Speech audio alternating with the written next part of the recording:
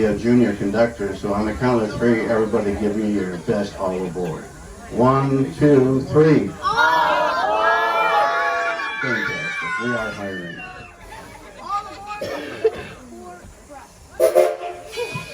Please remain seated. We'll be departing in just in a moment.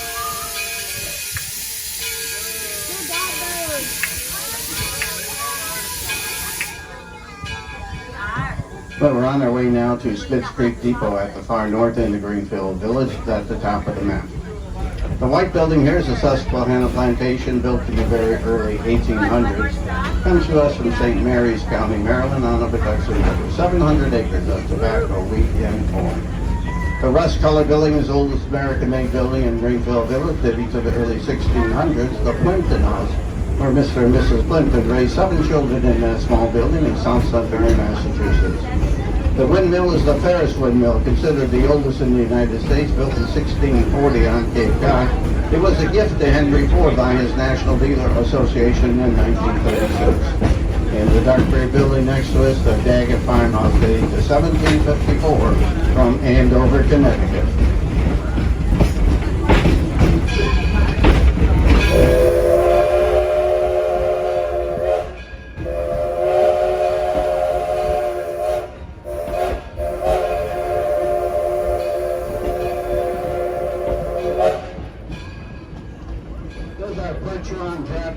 Those gentle giants that do a lot of work in Greenfield Village, over the carts and wagons and working the farms. They get their days off here, getting their legs off the hard surfaces of Greenfield Village, about 4 days in a row, back out on the terra firma, relaxing before they're put back into service. The historic locomotive pulling us today is the #1 Edison. It is a conglomeration of locomotives that Henry Ford put together in 1932 at the Rouge plant. The basis of it goes back to 1870. The 8-foot serpentine wall on the right side was built in 1953. It separates Greenfield Village from the Ford test track, where cars and trucks are tested before production.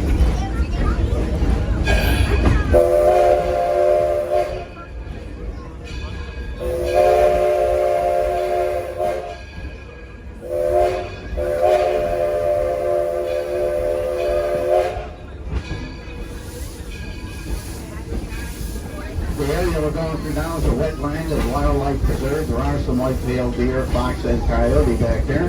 Various birds such as blue herons, white egret, red-tailed hawks, cormorants, and turkeys. As you can see, some turkeys on the left.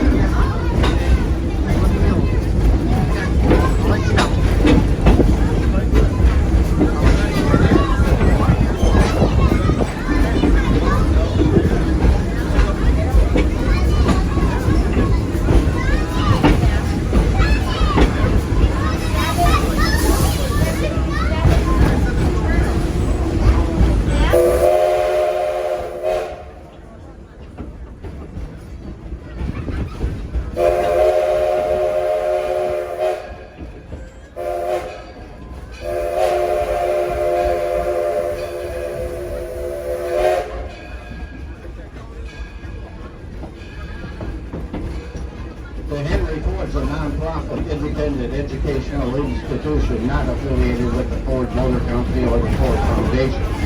We're supported by our donors and members of the guests. The blast of steam that came out the left-hand side is the process steam locomotives go through to purge the boiler of any scales from the water. It's called blow down.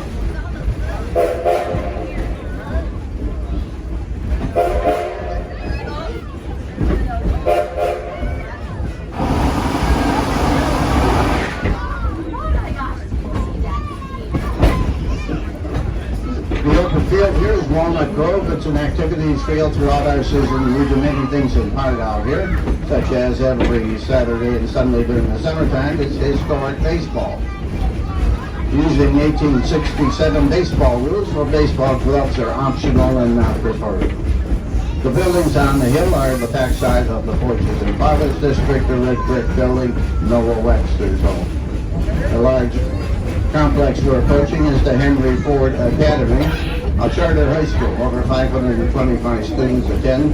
The selected through a lottery system from Wayne County. Graduation rate exceeds 95%. The curriculum focus is on science, technology, engineering, the arts, and math. The 10th, 11th, and 12th graders have classrooms here in the village. The 9th graders are in the indoor museum. When Henry Ford opened Greenfield Village in 1929, he wanted to convey the inspiration of the American genius to the students.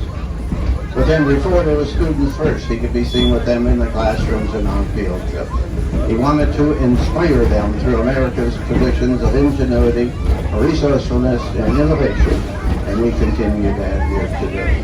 The 3 Pullman cars we're approaching are connected in the center, and they're part of the senior classroom.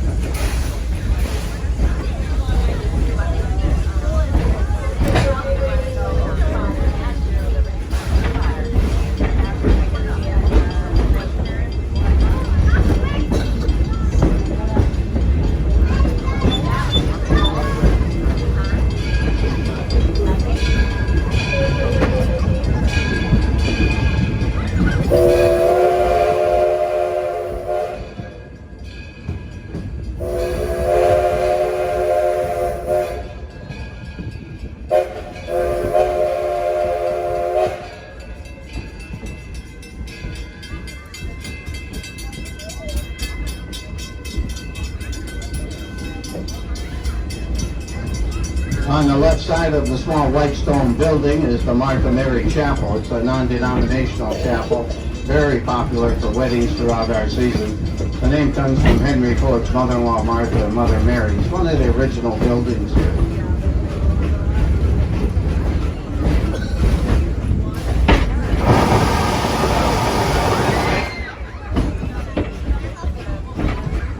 The green building is the Taste of History. It's a cafeteria-style restaurant. Connected to it a little farther down to the white building, and that's the Eagle Tavern, built in 1830 in Clinton, Michigan, about 50 miles away.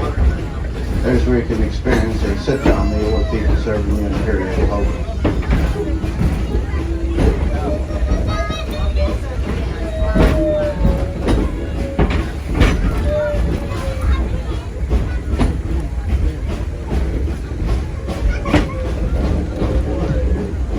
And we'll be making a slight right turn here, taking us to our second stop at the Smiths Creek Depot platform. This is the gateway to Railroad Junction. If you determine you want to get off here, it's a short walk over to the 1913 Herschel Spillman Carousel, the playground, Edison Illuminating Company, and Smiths Creek Depot. Please remain seated. Wait for the whistle from the engineer. Once you hear that whistle, then you can get up and exit on the left. As I said, it'll be a 4-minute stop here, and then we'll depart for the main gate Firestone Station.